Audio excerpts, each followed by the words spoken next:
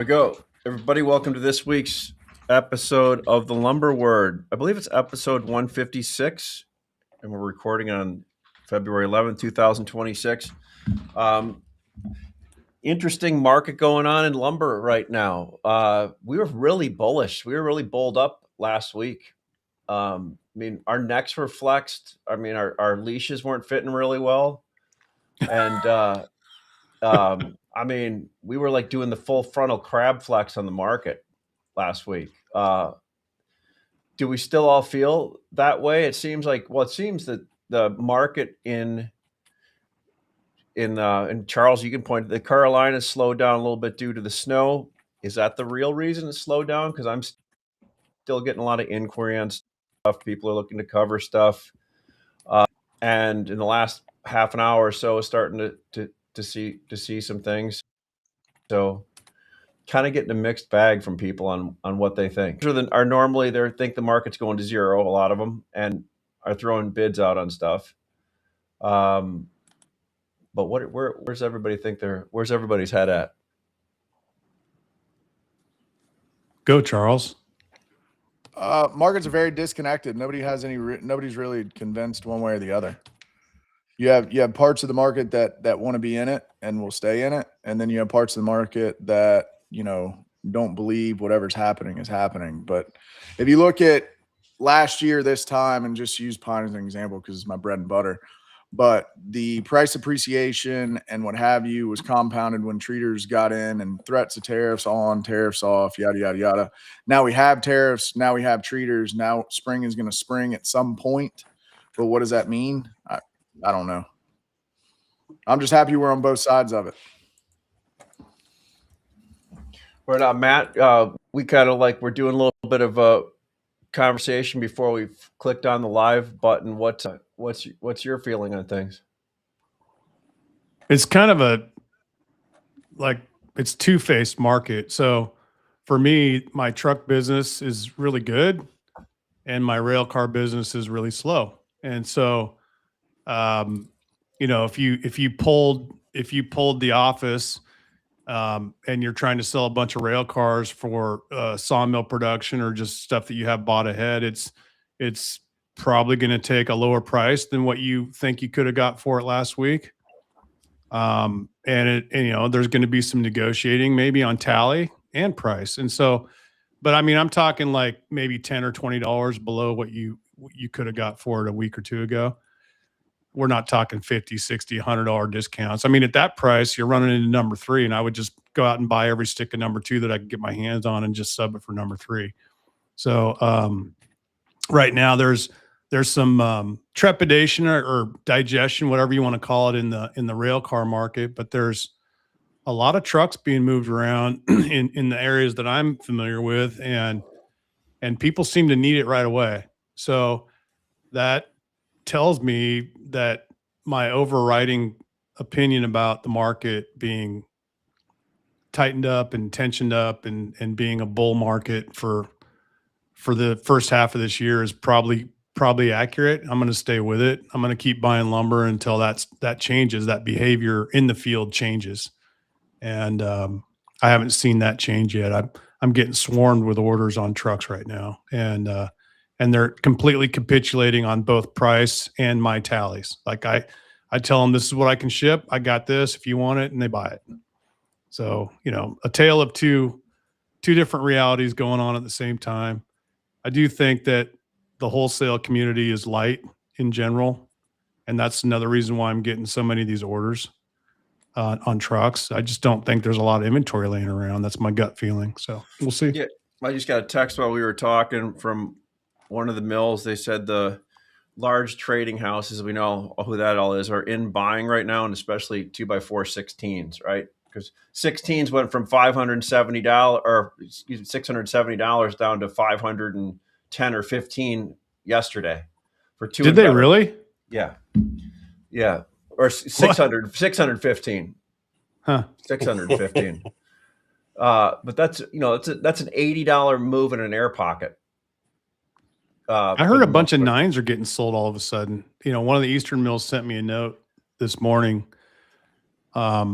just said they sold 2 million feet of 2x4, 104 and 5/8 spruce.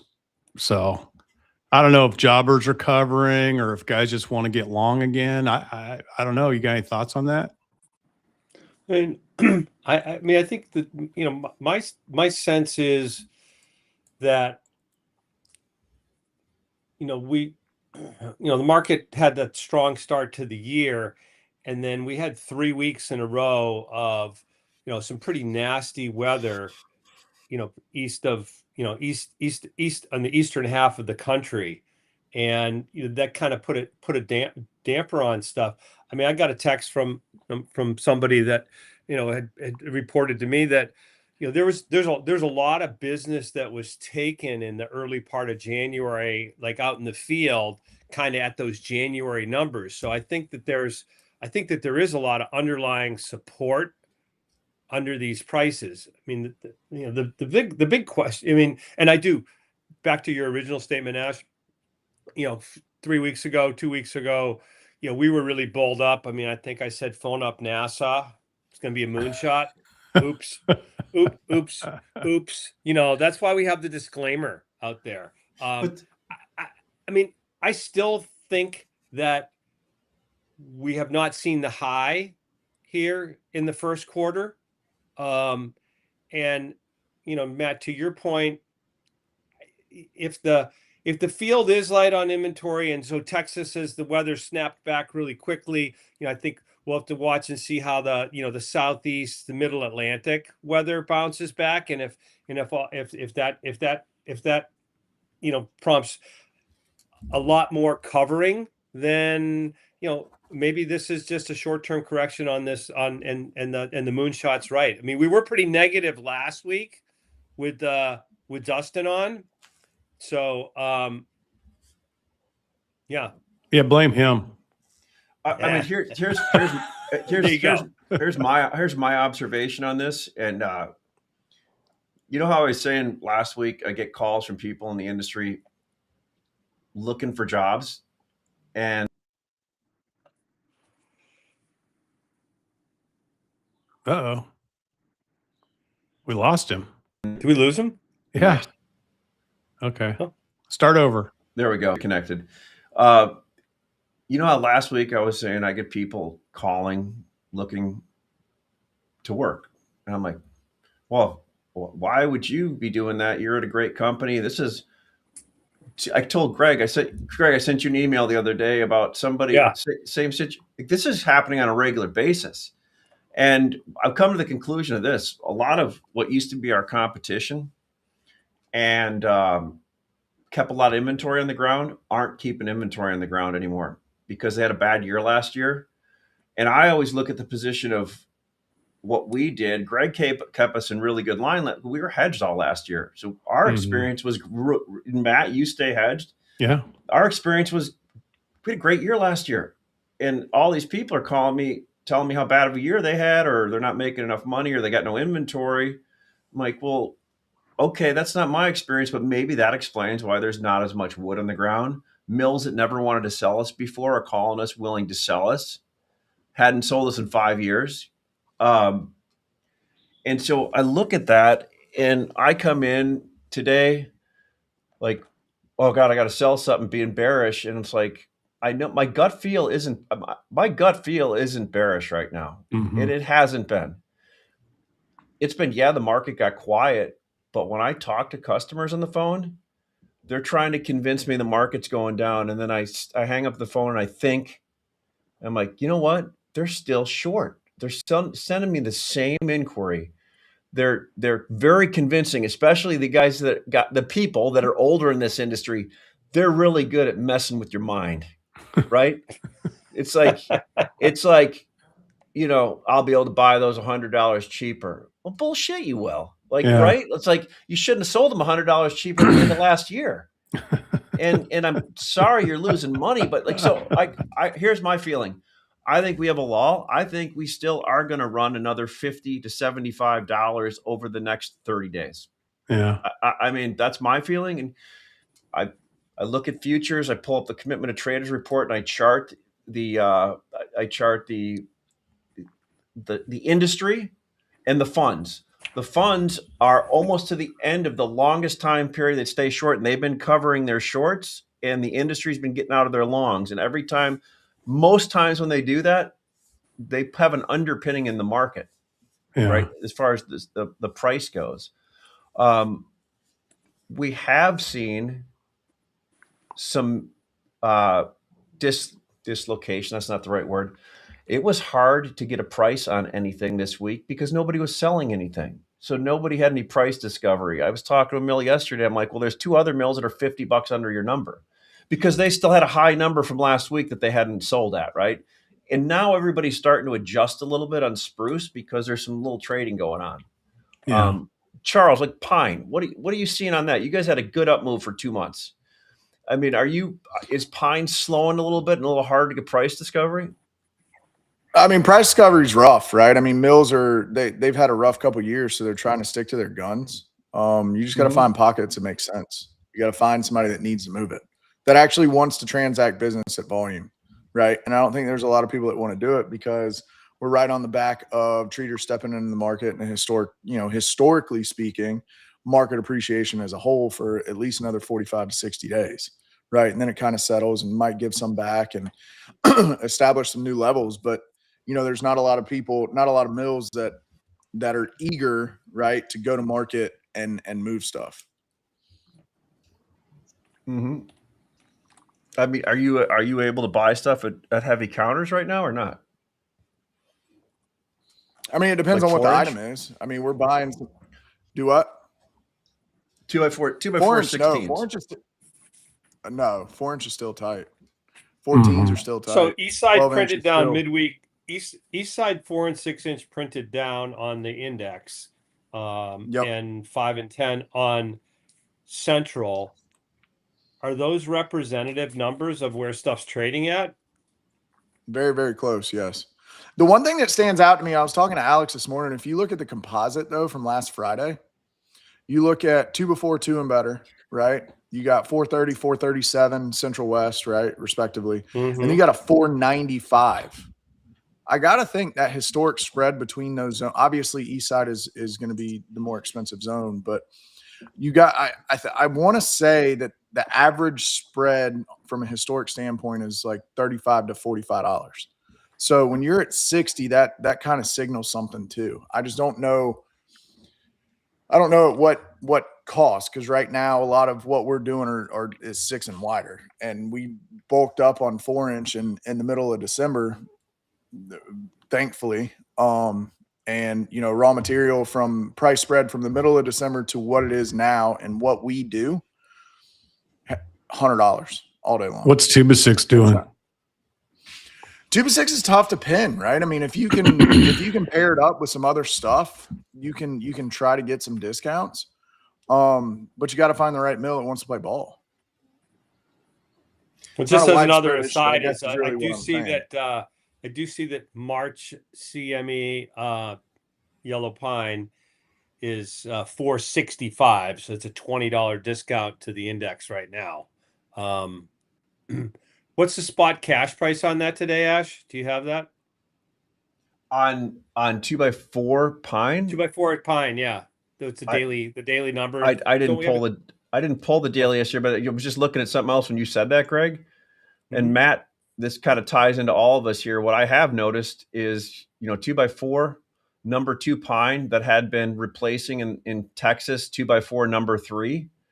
It's too expensive now. So 2x4 number 3 all of a sudden is taken off, and I've gotten more inquiry on number 3 spruce than I've seen in a long time, and have guys calling now wanting to do forward pricing and lock in stuff on utility and low grade, because all these pallet guys and everybody finally are getting their raw product prices are increasing pretty substantially in the last few weeks here. Well, I mean, Matt trades that, Greg. Ash, just to your point on the low grade, I mean, we're starting to see the push up in that, when the production falls, right? I mean, the marginal amount is more disproportionate the lower grade you are, right? I mean, Matt, if you make 75%, 2 and better, and 15% number three, and you know, or in the balance economy, you know, you cut production by 25%,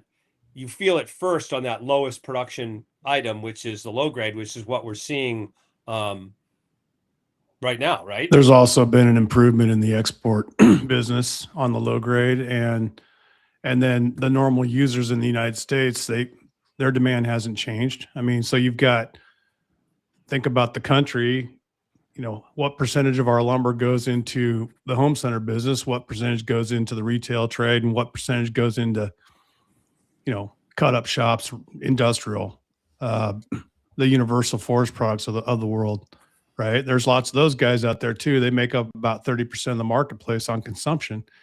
And so their demand, even if it's flat year over year, it's still there.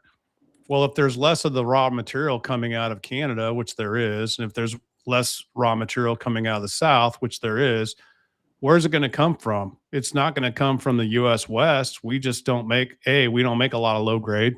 Our mills are all optimized up to the yin yang. And then, you know, we just don't have the capacity to meet that supply shortage. And so you're seeing a race on number three in utility prices and economy prices back up. You know, they're up $100. Yeah, And, Matt, maybe going to go another 50 or 100, you know, before this is all said and done. I've already attained it on sales, actual sales on trucks, the highest price I've gotten for 2x4 16s, 18s, and 20s on utility and number three in the last 2 years. And it's, you know, it's February. what are 2x4 16s trading at in utility in Texas? $575. I mean, that's right. You're damn near two and better. Some euro prices. Right. Which is why I said, I mean, I sold some two and better premium at 705 for 16s today. So, I mean, there's some real time data for you. There's still a spread between those items. I mean, if you could find me those $615 premium 16s, I'd buy a bunch of those. But you know, if two and better lumber, whether it's hemp, fir, whitewood, or spruce, gets down into the low 500s delivered down there, or, you know, I'd probably just buy it and use it as a dual inventory. You know, I mean, especially if it was heavy on the long length type stuff on the 16 and longer. So it's a challenge to buy low grade right now, and it's easier to buy two and better. There has been a few times in my career where two and better and number three utility kind of merged.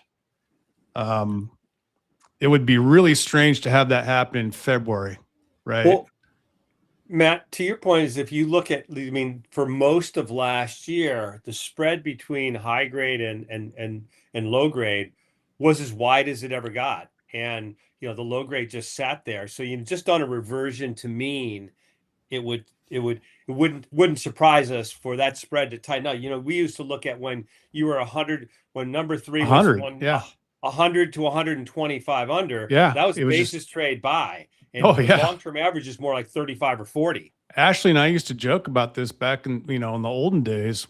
I'd call him up and say, "Oh, I just bought 75 cars of utility." And he's like, "That's a good idea." It was like $110 cheaper than two and better. Well, that was like a home run back then, right? Yeah. And then the last few years, 110 was no big deal. That was just kind of normal. When it got even wider, right? If it gets down to 50, you know, I mean, 50 used to be sort of the historical average between a graded product and a utility number three piece. So Matt, we're heading back there. One thing we're noticed, I mean, talk about on grade, and Charles, maybe you can look. So we've noticed a lot of pallet manufacturers and people that sell them quietly buying 2x4 84-inch SPF studs and number two, because when people are cutting 40-inch and 42-inch runners for pallets, it's cheaper than buying the 8-foot utility. They're buying 7-footers. They're buying the short studs, which were plentiful at most of the Eastern mills, right? Because it's a cheap product for them. And I saw more get picked up today, right? And that's, so you are starting to have less and less. But I guess my point is, once utility starts moving, it should kind of underpin everything, obviously, right? It'll help the mill sales average. Charles, this is your world. You live in cutting stuff up. Does that make sense? No, I mean, it makes complete sense. I've actually seen more requests for 84 shorter 2x4 and low grade that some mills will cut as a downfall. So I mean, the bell rings true for here for pine too. How much euro is on its way over here right now? We've got a little bit higher prices. You know, there's a wild card there, and they're paying a tax, aren't they? A little bit of a tariff on Greg that. and I had this 10%. Greg and I had this conversation this 10%. morning, and you know how we had Dustin on last week, and we were talking about how it doesn't look like there's a drop. Greg, you kind of summed it up real good. You said it was coming from mostly Swedish wood. Yeah. So, you know, what the word I have in conversation is that, I mean, shipments from Germany are way down. I mean, in the like down to like, you know, somewhere between, you know, 1/3 and 40% of what the run rate was for most of last year. But apparently from what I gather, and it's, you know, I'd love to get, we probably need to get somebody that's knows a lot more about this than I do on, but you know, apparently the difference is being made up by, you know, shipments from Scandinavia. You know, we do have reports that there's a lot of lumber sitting in ports, but that it's been there for some time. So, I mean, I guess to answer your question, Matt, in aggregate, it sounds like, you know, that's the same amounts coming, maybe a little bit less, but it may not all be offering on the market on a regular basis. Yeah. Yeah, to what Greg said too, Matt and Charles. Like when we talked the ports, the port has a lot of lumber in it, right? I guess, but my question is, how much is it turning, right? Because I think there's some mills that then go to distributors to sell for them, and they tell them when they can sell.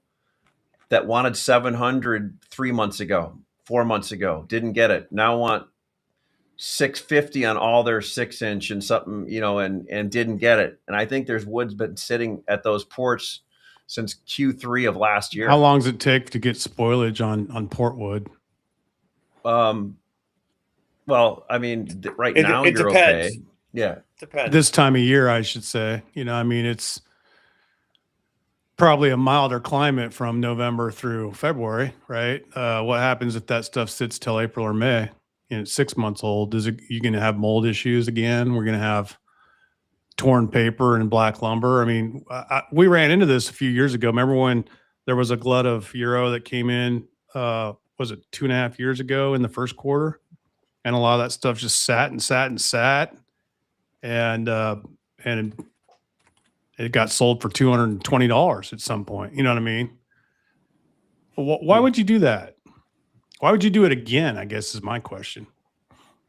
I think you just forget and think about it's a commodity that's sitting at certain parts in the world has a lifespan, and that it's more important sometimes to move it and spin it, and you know, instead of having these pie in the sky numbers. I mean, Greg and I were talking to some people down at Kansas City. They said they weren't selling their 16s on the port until it got to 750. Well, and I mean, I think it's still sitting there. Now, look at it, maybe inside. Ash, I had a conversation with one of our with one of our suppliers today, basically saying that, you know, with the log prices and what they can get in domestic market, it's, you know, et cetera, that, you know, they're really looking at like they need 650 across the board on random for it to make sense to ship here. And, you know, I mean, that's kind of kind of okay on, you know, 2x4 16s, but that's really tough on, you know, 10s, 12s, and 14s. Well, no, just I was talking to a guy yesterday, and I said, "Well, what do you got on 16s?" And he's like 660 cape. I'm like, "Well, what do you got on 12s and 14s?" He's like 660 cape. I'm like, "Holy shit!" Like, okay. That'll open up some room for the Eastern mills and the Western mills that have some fancier lumber that they want to sell, right? I mean that it opens up real estate for them to fill it. If you can ship premium down there right now out of the East at 680, I mean, or MSR. I mean, Isn't most of the MSR you get out of the East pretty high quality stuff? Yeah, it is. I mean, you get Most. most of it, but it's heavy, right? So you ship 2,100 down there. You can only ship 24,000 unit or 24,000 foot trucks, which not a big deal, but it's just heavier shit moving around, right? But yeah. So I I think like, one of the things I love about this is, besides that, I love all you guys, and is in like talking through all this, it kind of helps me. It helps me sometimes to just, like figure out what I really think. And I think the conclusion that I've come to is, right this minute, markets may be a lot closer to equilibrium than anything else, which, is maybe why, if I look at the futures market, it's been basically trading in a $20 range for the last like 15, 16 trading days. Yeah. And so what we're really looking for is what's going to change. I mean, we know that seasonal consumption is going to ramp up. Is the production going to be, are the inventories in production there to meet that? That's the real, that's the question. And I guess I'll go with you, Matt. My conclusion is no, they're not. That buyers should be using this lull in the market to extend their coverage. I actually want to hear what Charles thinks about that, because I think Charles is pretty insightful, and he comes from the Yellow Pine, totally different production environment than what I'm dealing with, on me trying to buy a fall down item. What's your thoughts about what Greg just said? I mean, I think the whole market is inherently short, and they're wishing it down. And I think equilibrium is we're closer to equilibrium than anything else as a whole. I don't care what the species is. And, when you get forced to make decisions, they're typically emotional and they're not strategic. So the longer you wait, I think the more medicine you're going to have to take as far as, what the outcome is on the other side. And if we get into a scenario where guys have to chase it because Pine reacts a little bit faster than some of the stuff y'all deal in, it's going to get sporty quick. Mm-hmm. I like that So word, it sounds sporty. like That's a good. Go ahead. Yeah, go ahead, Matt. Sorry. It just summarizing, it sounds like the four of us are kind of on the same page, thinking that the short term might be boring, but the long term is going to be more fun, and that we want to stay positioned for that. Our thinking is along those lines. What if we're wrong? Let's have the discussion about what if we're wrong, all four of us, and that this market goes down, steadily for the next 3 months, and we end up back at 450, 500 delivered type prices on studs and dimension again. I'm already not. What would cause it? Fun. Like, why, I mean, what are the potential causes of that, given what we're talking about? So we're talking about lower production, increased seasonal demand, less euro. We kind of made the case, right? So where would we be wrong? I always like to think about the contrarian, because sometimes we're wrong. I mean, we're not wrong all that often, but sometimes we're wrong. So what would be the contrarian viewpoint? Like, Ashley, pretend you're that guy talking it down $100. What are they saying? Well, I think look at this is why you stay hedged, right? This is why on the spruce and other items side, why you sit there in a market the other day and you had squishy prices on everything you're hedged on and the board moving up, and you're thinking to yourself, am I stupid? Why did I do that? And like Greg goes, it's one day, right? And so if the prices go down, it sucks. You don't make as much money, but you're hedged and live to fight another day. And yeah, I mean, certain things happen you have no control over, or you didn't see why they go down, right? And to add one thing, like I had a guy tell me today, he wants to buy 2x6 104 and 5 ace, $80 under today's price. I'm like, they're $80 undervalued now. So will the mills have production? They'll have production of something. Will they have production of the key items like the 2x4 104 and 5 ace? 2x4. One item that's really cheap right now, I think, are looking there 2x4 14s. Are they going to have enough 14s? Are they going to have enough 2x6 104 and 5/8? That shit's getting sneaky strong, and everybody keep looking for the same stuff all the time, right? So yeah, I mean, I guess that's why we position our. Hey, in this business, you're wrong a lot, right? Yeah. It's and you just got to figure out how to turn that into. You got to figure out how to turn that into profit, right? But I mean, that's why we're hedged. I guess that's for Charles thing. Like, how do you position yourself, Charles, against the Southern Pine market selling off with inventory? You got an order file and that type of stuff, and you're careful. You look at charts all the time. I mean, you got to stay in it. You can't freeze, right? I mean, you got to trade into it and be liquid all the time, right? I mean, you look at what happened over the past 8 weeks, and you've got a scenario where guys were forward sold into Q1 at Q3 numbers, and maybe their inventory was just enough to kind of give them, a plus 20% consumption rate for the next 60 days getting into Q1. And then all of a sudden prices are $100 higher and they can't enter the market, right? Well, they can, but they don't trade through it. They don't continue to sell to capture some of that upside. And, look at how that affects long-term, big picture, the entirety of Q1, and be big picture perspective, and continue to move wood. Liquidity is your friend no matter what the market does. And our biggest inherent hedge is the fact that we have order files all the way out to June. And we also have a pretty substantial inventory that we continue to participate in the market moving forward day in and day out. And I think that's a big difference. I mean, I guess the only thing I can think of is we're wrong on demand. So demand comes out lower, right? Just answering my own question here. If the market were to go down, it would be because demand softened or supply increased or both. And I certainly don't see the supply increase.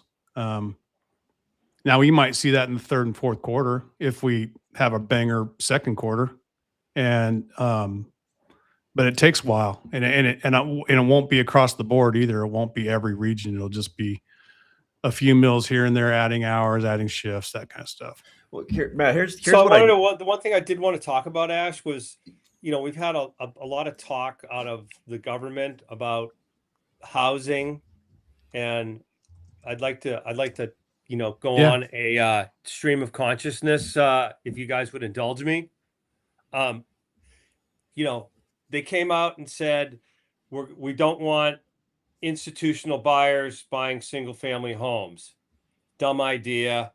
Looks like it's not getting a lot of traction in like Congress, because it's a dumb idea.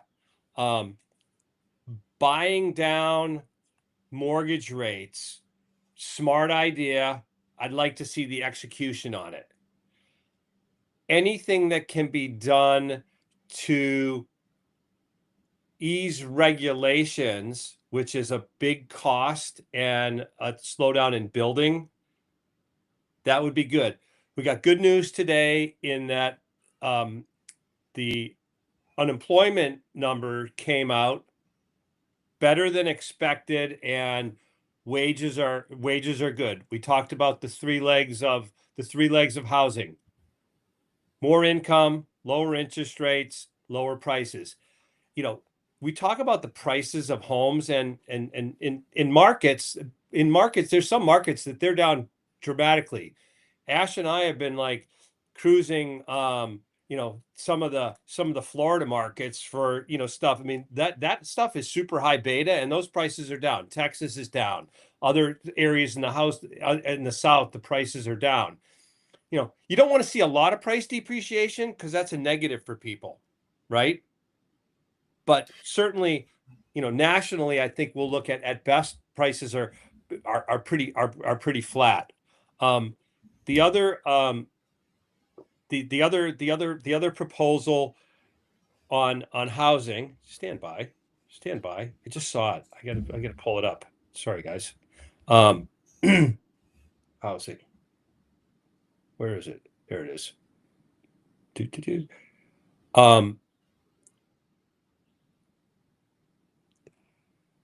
Is what they can do No, that's not good. No. Well, Check that. This is gonna sound kind of want-wit, but like we have a problem with houses being in the right place, cheap enough for the right people.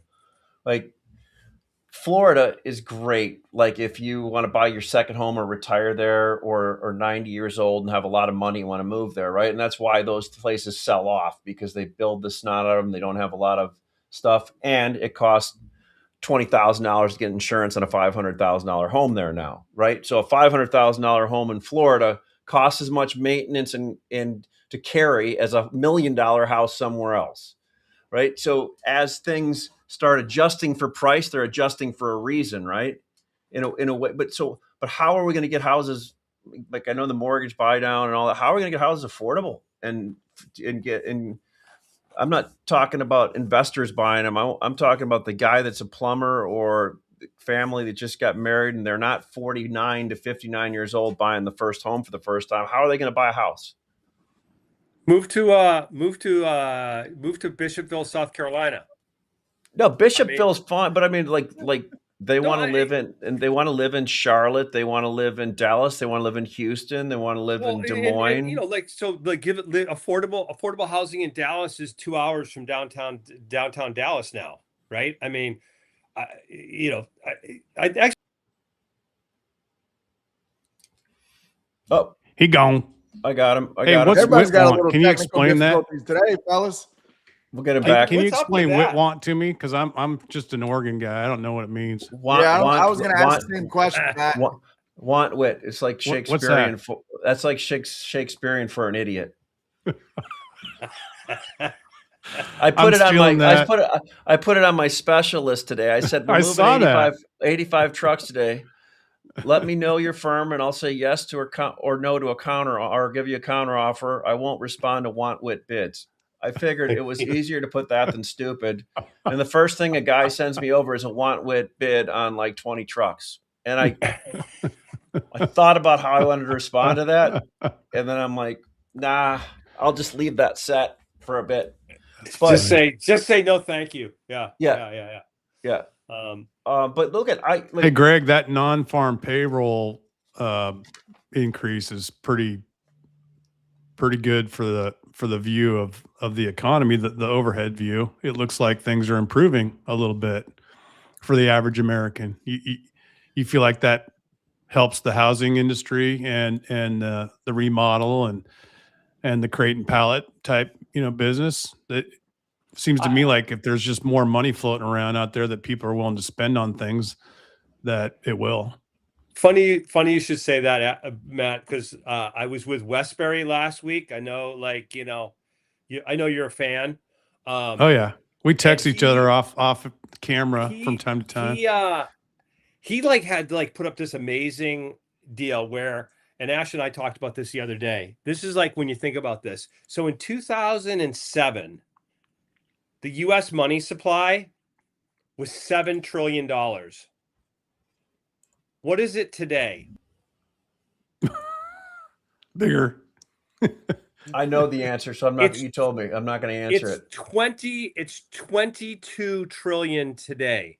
So in the last 18 years, we've gone up 3x. And if you think back, there was a 40% increase in the money supply during 21 and 22 during COVID. And that's basically one of the so you had the combination of way more money, and then we constricted supply, which is what laid the seeds for all the inflation that came through. Yeah. The big disconnect I see today is people keep talking about affordability of things, and what they're really saying is, hey, we'd like prices to be what they were before all that happened. That's true. No, that's you're absolutely right. And you actually had a point. And we looked at it. The money supply increased more in those 15 years than it did in the last 200 years. Right. I mean, it's all of history. We went to 7, and in 18 years We went 3x that. And that you know, I mean, Westbury Forest, that's partly what explains, you know, why the price of gold is 5,000 and silver is 100 and, you know, Bitcoin is more than zero. And Silver's only 85 right now. It's Better buy it. It's a value. It also explains why like $1 billion goes through the Minneapolis airport in briefcases back to Somalia, right? Because there's just so much money around. Whoa. We went there fast, didn't we? Did I say that?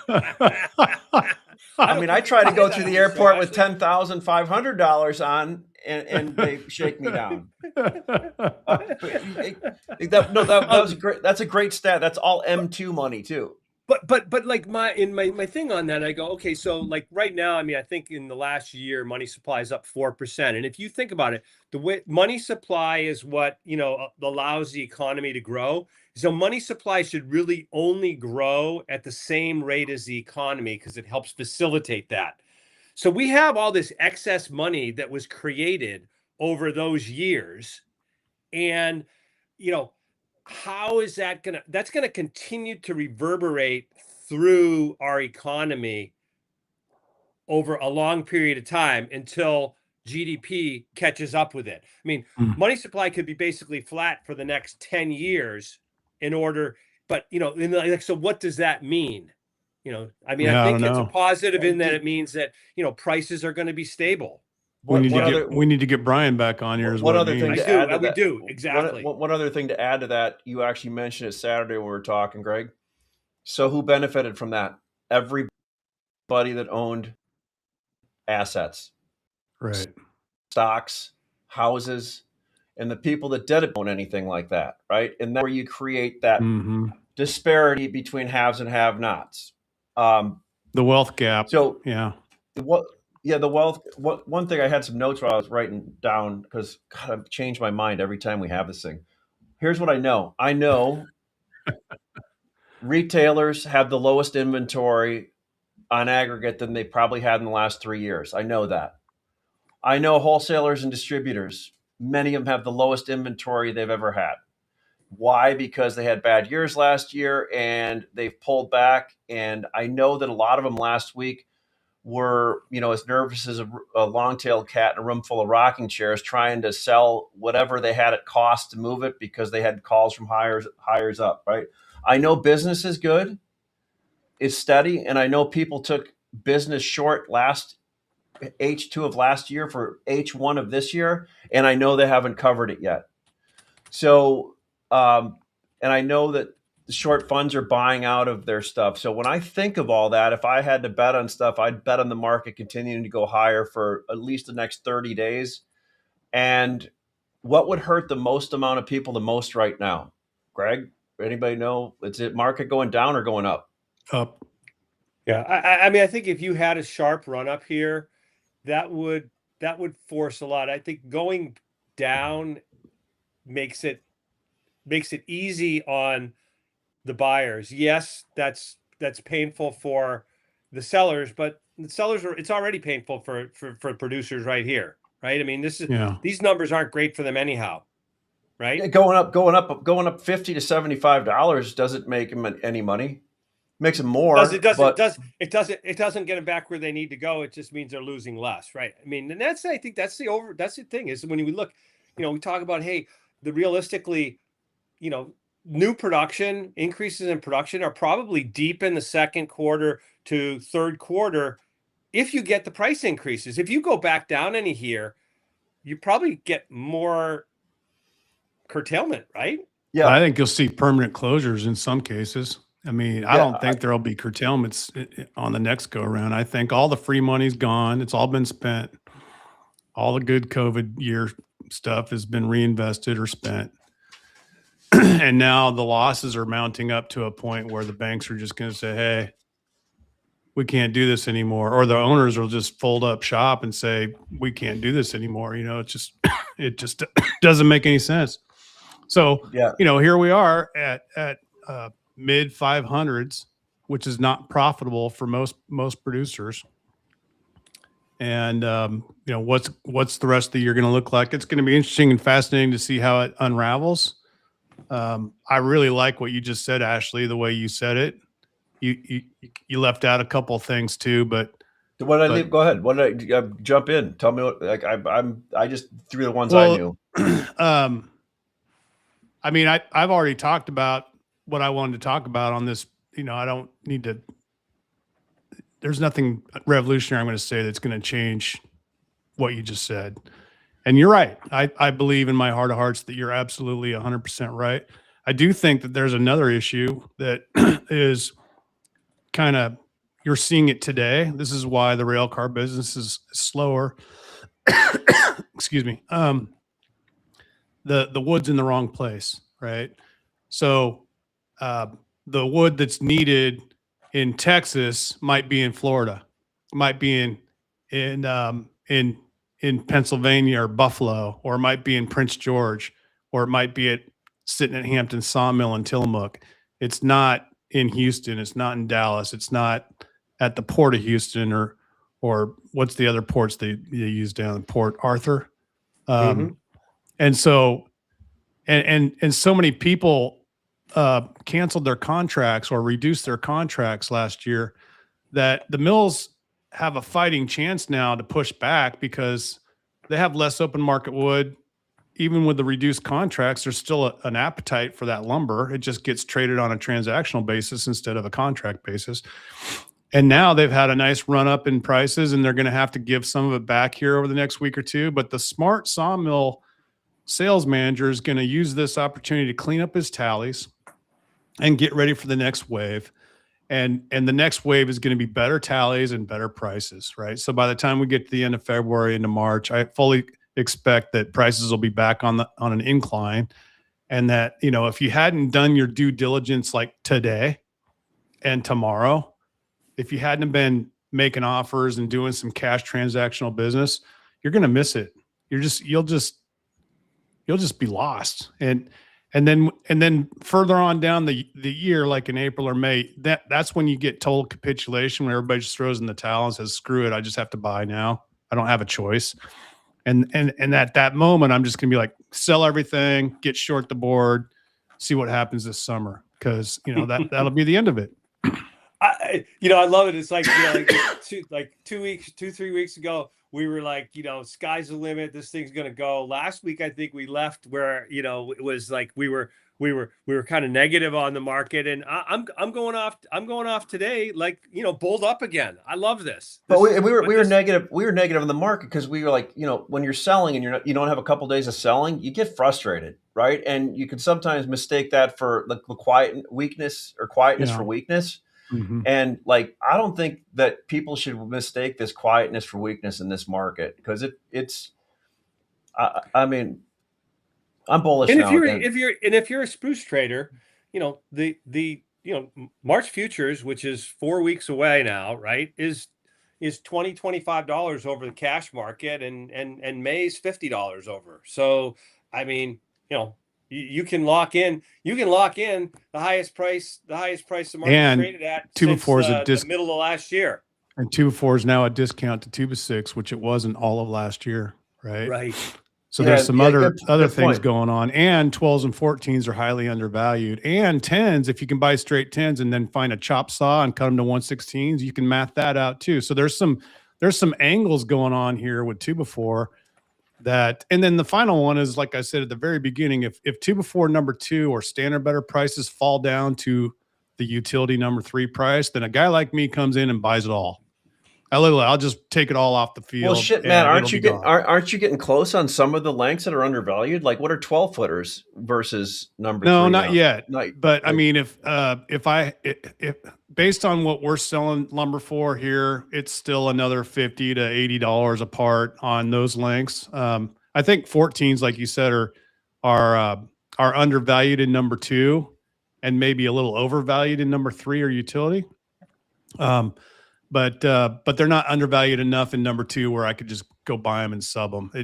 12s is probably the closest one, honestly. Yeah. And but I mean, dude, the world's changed. It's like, how many RFQs do you get every single day looking for trucks of 16s, and how many do you get straight trucks of 12s? You kind of have to force the 12s into the market. You know what I mean? By the way, just real quick aside, I was talking to a guy for a long time about the 16-foot situation.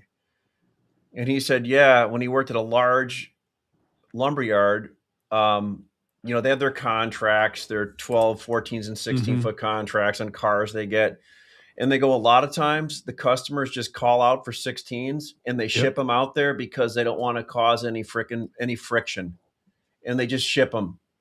And a lot Didn't of I times, say that like 2 weeks ago, 3 weeks ago? Yeah. And, but no, that's why I'm saying it, because Yeah. you, after you brought that up, and we had a guy call us, or one of the listeners of the show sent us over, and I helped him do a breakdown of how much he would save using other lengths.